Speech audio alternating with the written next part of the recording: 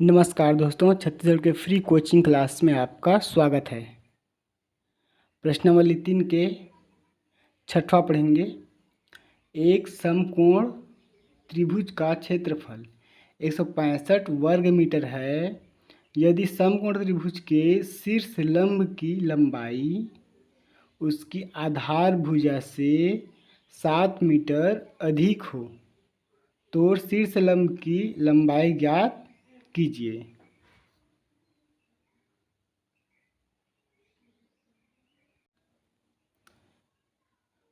Metre और वर्ग metre में अंतर। मीटर में हम किसी भी वस्तु को सीधा नापते हैं, इस प्रकार।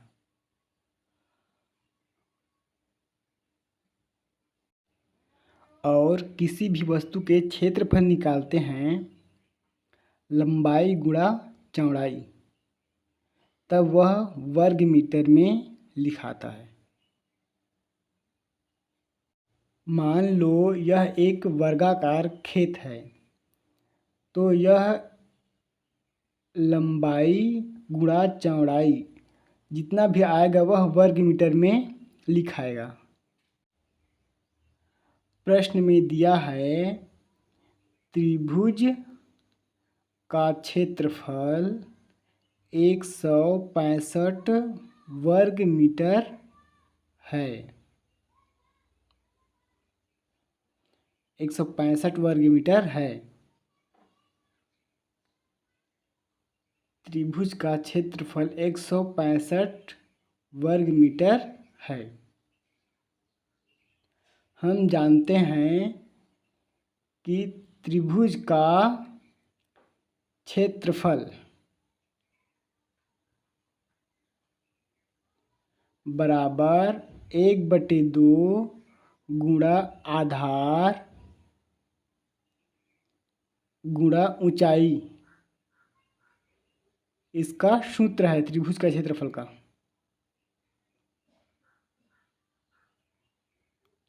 यह रफ कार्य था।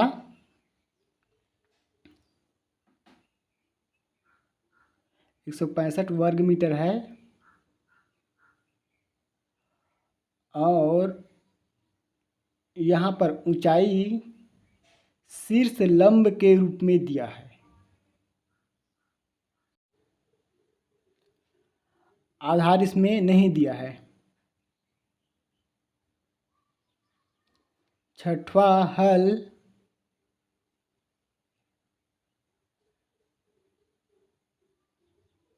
समकोण त्रिभुज का क्षेत्रफल बराबर 165 वर्ग मीटर है, जो कि दिया है। माना आधार भुजा की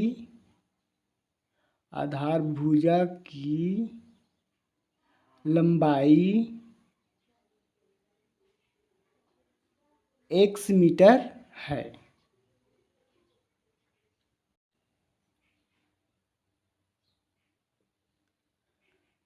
शीर्ष लंब की लंबाई उसकी आधार भुजा से 7 मीटर अधिक,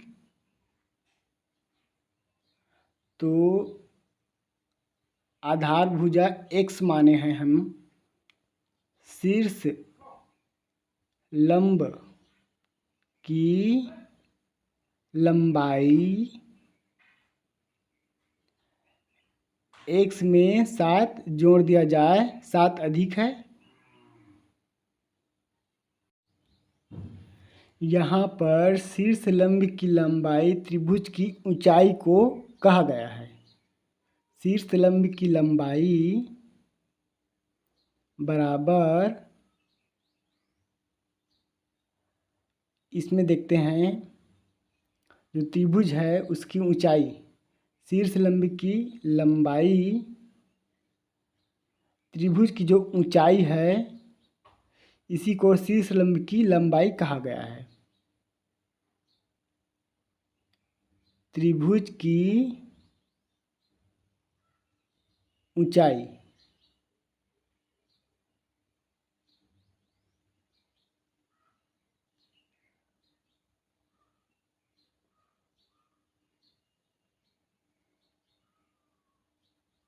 क्योंकि शीर्ष लंब की लंबाई बराबर त्रिभुज की ऊंचाई, इसलिए त्रिभुज का क्षेत्रफल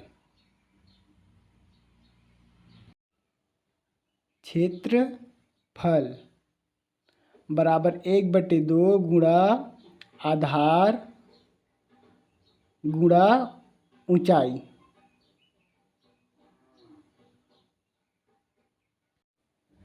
त्रिभुज का क्षेत्रफल कितना दिया है? 165 वर्ग मीटर। 165 वर्ग मीटर। इसको यहाँ लिख देंगे, उसके नीचे बराबर 1/2। अब आधार हम x माने हैं, x मीटर।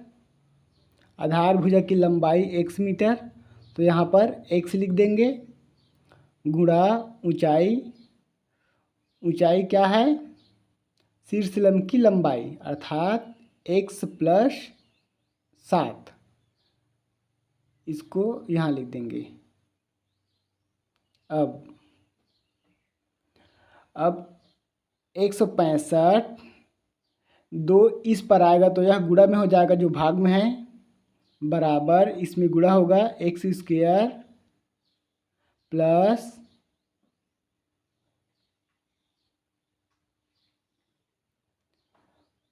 7x।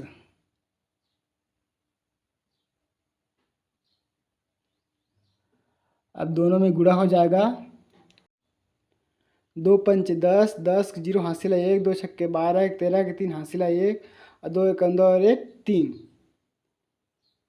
3 आएगा इसमें, 330 बराबर x² प्लस 7x। अब 330 इस पर आ जाएगा, x² प्लस 7x माइनस 330। अब यहाँ क्या बचा? 0। अब इसका गुणनखंड होगा, उसका नियम तो आपको पता ही है।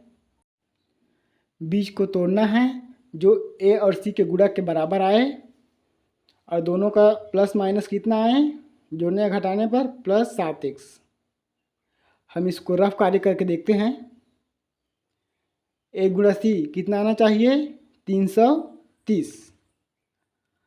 अब और उसका अंतर कितना आना चाहिए? 7। अब जैसे कि 1 गुणा 8, 8 एकम 8, इसमें अंतर 7 आया है ना, लेकिन उसका आंसर 8। तो इसी प्रकार इसको बढ़ाते हुए ले जाना है।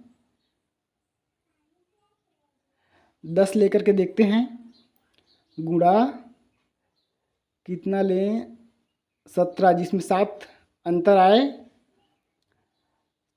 17 एकम 17 और 1 जीरो बढ़ा दो, 170 बहुत कम है। अब इससे बढ़ा के और देखते हैं। 30 गुणा कितना करें?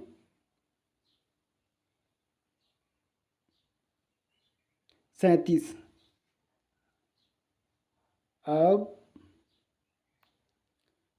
3 सत्ती 21 के 1 हासिला 2 और 3 तिया 9 और 2 11। ये तो बहुत ज़्यादा आ गया। अब 30 में 7 कम करके देखते हैं। 30 गुणा 23, इसमें 7 अंतर है। अब कितना आता है? 3 तिया 9 और 3 दूनी 6, 0 बढ़ा दो, ये भी ज़्यादा हो गया।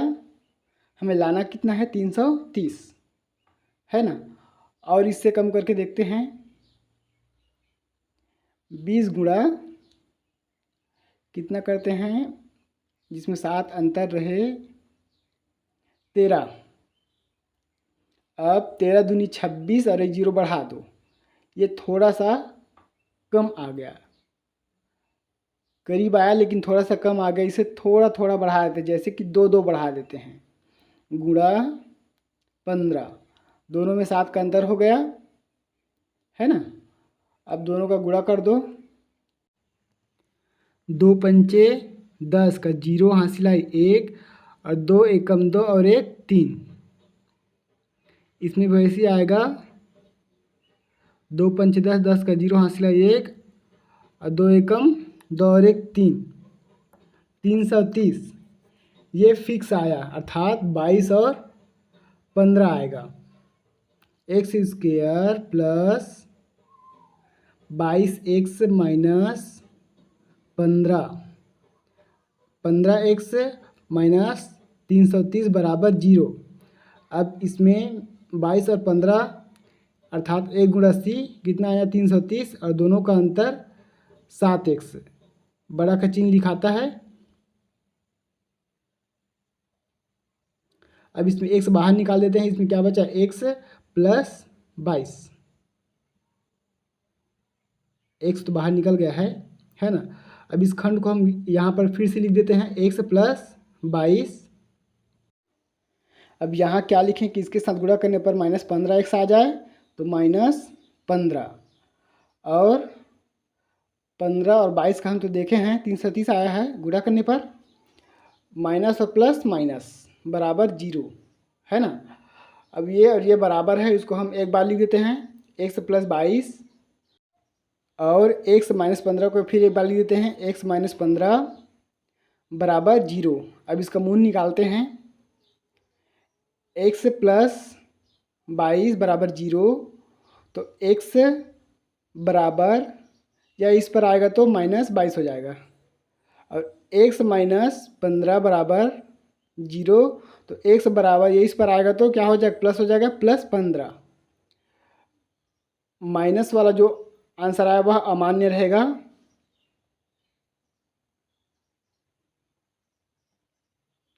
अतः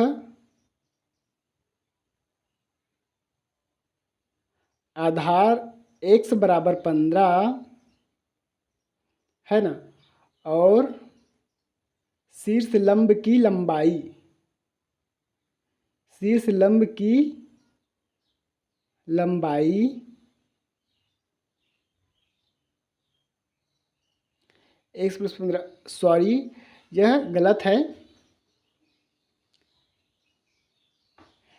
x प्लस, यह गलत है, x प्लस 7, तो x के स्थान पर कितना लिखना है 15 और प्लस 7 बराबर कितना आया, कितना हो जाएगा 22। यही आंसर है।